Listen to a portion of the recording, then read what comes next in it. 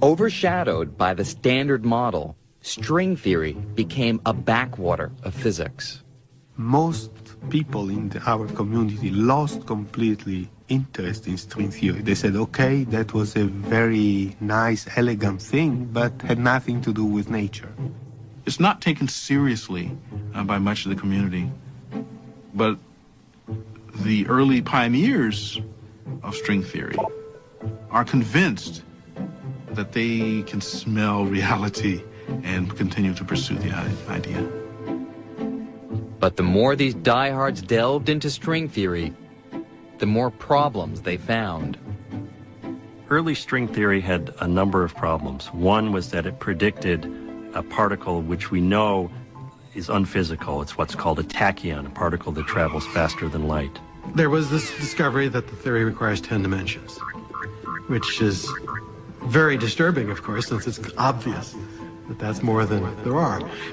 It had a massless particle which was not seen in experiments. So these theories didn't seem to make sense. This seemed crazy to people. Basically, string theory was not getting off the ground. People threw up their hands and said, this can't be right.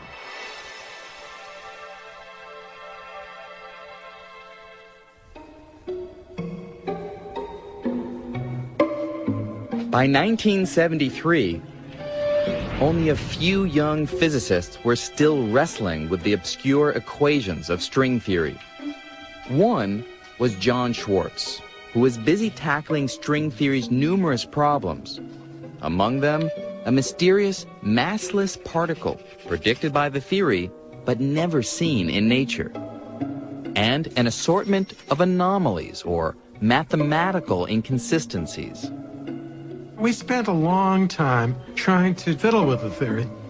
We tried all sorts of ways of making the dimension before, getting rid of these massless particles and the tachyons and so on. But it was always ugly and unconvincing. For 4 years, Schwartz tried to tame the unruly equations of string theory, changing, adjusting, combining and recombining them in different ways. But nothing worked. On the verge of abandoning string theory, Schwartz had a brainstorm. Perhaps his equations were describing gravity, but that meant reconsidering the size of these tiny strands of energy. We weren't thinking about gravity up till that point, but as soon as we suggested that maybe we should be dealing with a theory of gravity, we had to radically change our view of how big these strings were. By supposing that strings were 100 billion times smaller than an atom, one of the theory's vices became a virtue. The mysterious particle John Schwartz had been trying to get rid of now appeared to be a graviton, the long sought-after particle believed to transmit gravity at the quantum level. String theory had produced the piece of the puzzle missing from the standard model. Schwartz submitted for publication his groundbreaking new theory describing how gravity works in the subatomic world. It seemed very obvious to us that it was right, but there was really no reaction in the community whatsoever.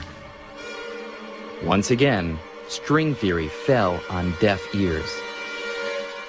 But Schwartz would not be deterred. He had glimpsed the Holy Grail. If strings described gravity at the quantum level, they must be the key to unifying the four forces. He was joined in this quest by one of the only other scientists willing to risk his career on strings, Michael Green. In a sense, I think we had a quiet confidence that string theory was obviously correct, and it didn't matter much if people didn't see it at that point. They would see it down the line. But for Green's confidence to pay off, he and Schwartz would have to confront the fact that in the early 1980s, string theory still had fatal flaws in the math, known as anomalies.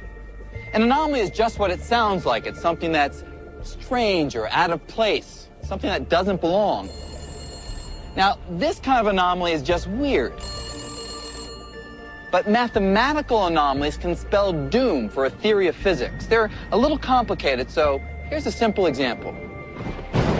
Let's say we have a theory in which these two equations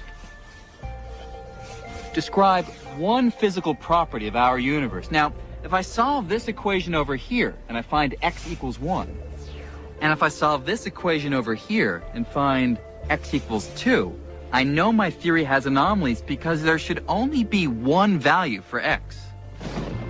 Unless I can revise my equations to get the same value for x on both sides, the theory is dead. In the early 1980s, string theory was riddled with mathematical anomalies kind of like these, although the equations were much more complex.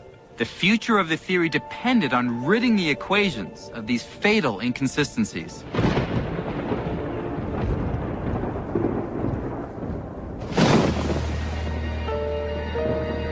After Schwartz and Green battled the anomalies in string theory for 5 years, their work culminated late one night in the summer of 1984.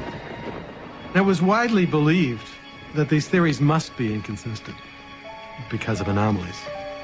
Well, for no really good reason, I just felt that had to be wrong, because I felt string theory's got to be right, therefore there can't be anomalies. So we decided we got to calculate these things. Amazingly, it all boiled down to a single calculation. On one side of the blackboard, they got 496. And if they got the matching number on the other side, it would prove string theory was free of anomalies. I do remember a particular moment when John Schwartz and I were talking at the blackboard and working out these numbers which had to fit, and they just had to match exactly. I remember joking with John Schwartz at that moment because there was thunder and lightning. There was a big mountain storm in Aspen at that moment. And I remember saying something like, that we must be getting pretty close because the gods are trying to prevent us completing this calculation. And indeed, they did match. The matching numbers meant the theory was free of anomalies, and it had the mathematical depth to encompass all 4 forces. So we recognized not only that the strings could describe gravity, but they could also describe the other forces. So we spoke in terms of unification, and we saw this as a possibility of realizing the dream that Einstein had expressed in his later years of unifying the different forces in some deeper framework. We felt great. That was an extraordinary moment because we realized that no other theory had ever succeeded in doing that.